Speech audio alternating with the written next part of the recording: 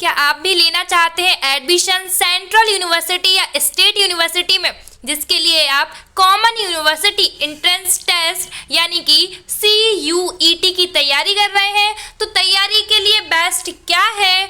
बहुत सारे स्टूडेंट्स हैं जिनके ये प्रश्न है कि CUET में के पेपर देने के लिए या सेंट्रल यूनिवर्सिटी में या स्टेट यूनिवर्सिटी में एडमिशन लेने के लिए कोचिंग करना आवश्यक है? क्या कोचिंग बिना एडमिशन नहीं हो सकता है? किस तरह के प्रश्न पूछे जाते हैं? अगर हाँ कोचिंग करना चाहिए तो क्यों? इन सभी प्रश्नों के आपको उत्तर मिलने वाले हैं इस वीडियो में। तो फ्रेंड्स, वीडियो के लास्ट तक बने रहें। सबसे पहले हम शॉर्ट में ही बात कर लेते हैं कॉमन यूनिवर्सिटी एंट्रेंस टेस्ट की। तो फ्रेंड्स, जो स्टूडेंट होते हैं वो 12th के बाद उन्हें ज़्यादा नॉलेज नहीं होती है, तो बहुत सारे लोगों को भ्रामक जानकारी हो जाती है, तो कहीं ना कहीं स्टूडेंट्स बहुत ज़्यादा परेशान होते हैं इस चीज़ को लेकर। तो सबसे पहले आपको ये जानना चाहिए कि CUET होता क्या है, ये किस लेवल का पेपर है, इसके बाद ही आप एग्ज़ाम पेपर की तैयारी कर सकते हैं।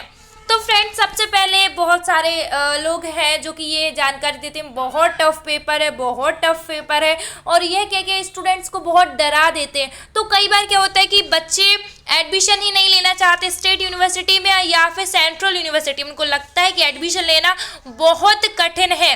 तो ऐसा कुछ नहीं है। इसके लिए आपको CUET देना होगा, जो कि है कॉमन यूनिवर्सिटी एंट्रेंस टेस्ट है। यह एक नेशनल लेवल का एग्ज़ाम है जो कि राष्ट्रीय परीक्षा जो एजेंसी है, नेशनल टेस्टिंग एजेंसी NTA, वो आपका ये पेपर करवाती है।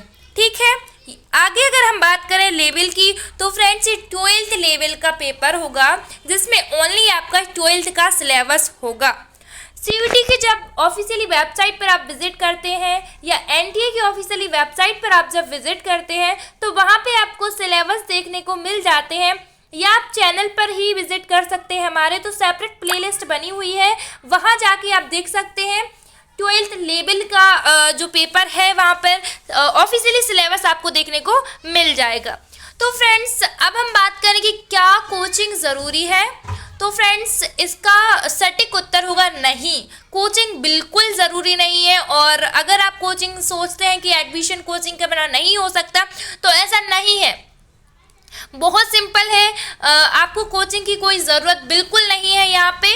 और सेकंड चीज़ ये है कि जब आपने 12th का 1 साल कंटिन्यू आप कोचिंग करते हैं, आप स्कूल जाते हैं, आप सेल्फ स्टडी भी करते हैं, इसके बाद भी आप 12th में कहीं ना कहीं जो है वो हर एक चीज़ कवर कर लेते हैं, थ्योरी भी आप अच्छे से पढ़ लेते हैं, तो बहुत सारी चीज़ें जो आप पढ़ लेते हैं। और इसके बाद जब हम बात कर लेते हैं CUET के लिए, तो आपको मुश्किल से 1 से 2 महीने मिलते हैं। तो क्या 2 महीने में पूरी फिट से कोचिंग की जा सकती है? तो इसका उत्तर है नहीं, क्योंकि नया तो आपको कोई चीज़ कोई सिखा नहीं सकता है। क्या पढ़ाएगा जो आप पढ़ चुके हो? तो इसके अलावा आपको कुछ वहाँ पे नहीं पढ़ाया जाता है, तो फालतू में अपना टाइम वेस्ट करना है, अपनी मनी वेस्ट करना है, और कुछ नहीं है। क्योंकि जब आप 12th में आप इतना डीपली पढ़ते हैं, आप जब आंसर लिखते हैं तो बहुत बड़े बड़े आप आंसर लिखते हैं। जब आप चैप्टर पढ़ते हैं तो चैप्टर में आप बहुत सारे क्वेश्चन पढ़ते हैं, आप समरी पढ़ते हैं। तो इसके अलावा आपको कुछ और नहीं पढ़ाया जा सके, क्योंकि मेरा मानना है, और ये बात तो सही भी है, कि NCERT से बेहतर आपको थ्योरी कहीं नहीं मिल सकती, किसी बुक में नहीं मिल सकती। क्योंकि NCERT में जो आप पढ़ते हैं उनमें जो थ्योरी होती है वो बहुत ज़्यादा IMP होती है, वो एक एक वर्ड उसका बहुत इंपॉर्टेंट होता है। अगर आप 12th आपने अच्छे से पढ़ी है, आपने NCERT की बुक पढ़ी है, तो आपको कोई दिक्कत नहीं है, आपको ज़रूरत नहीं है किसी भी इंस्टीट्यूट की, किसी भी कोचिंग की। तो फ्रेंड्स, ये बात की आपने कोचिंग के बारे में, तो बिल्कुल ज़रूरी नहीं है। अगर आप एडमिशन लेना चाहते हैं सेंट्रल यूनिवर्सिटी में, तो इसका सिंपल सा है कि आप कोई भी एक बुक खरीद लीजिए CUET के लिए, क्योंकि बुक अगर आपके पास होगी तो आपको एक फॉर्मेट मिल जाएगा, आपको समझ आ जाएगा कि हमें पढ़ना क्या है, हमें कौन से टॉपिक कवर करने हैं। क्योंकि टाइम बहुत कम है और नेशनल लेवल का एग्ज़ाम है, तो बहुत सारे बच्चे फॉर्म भरते हैं, है ना 15 से 16 लाख बच्चे अप्लाई करते हैं। तो इस तरह से आपको क्या करना है, एक फॉर्मेट मिल जाएगा, आप कोई भी सीयूईटी की बुक परचेज कर लें। बुक ऐसी परचेज करें जिसमें एमसीक्यू क्वेश्चन हो, है ना। तो एमसीक्यू क्वेश्चन जब होंगे, अगर हम बात करें कि थ्योरी बुक को मैं क्यों सजेस्ट नहीं कर रही हूँ, तो फ्रेंड्स जो थ्योरी बुक होती है वो बिल्कुल भी अच्छी नहीं होती है। थ्योरी बुक में क्या होता है, क्वेश्चन कम मिलते हैं, थ्योरी मिल जाती है, और थ्योरी आपकी एनसीईआरटी से ज़्यादा अच्छी आपको थ्योरी कहीं नहीं मिलती है।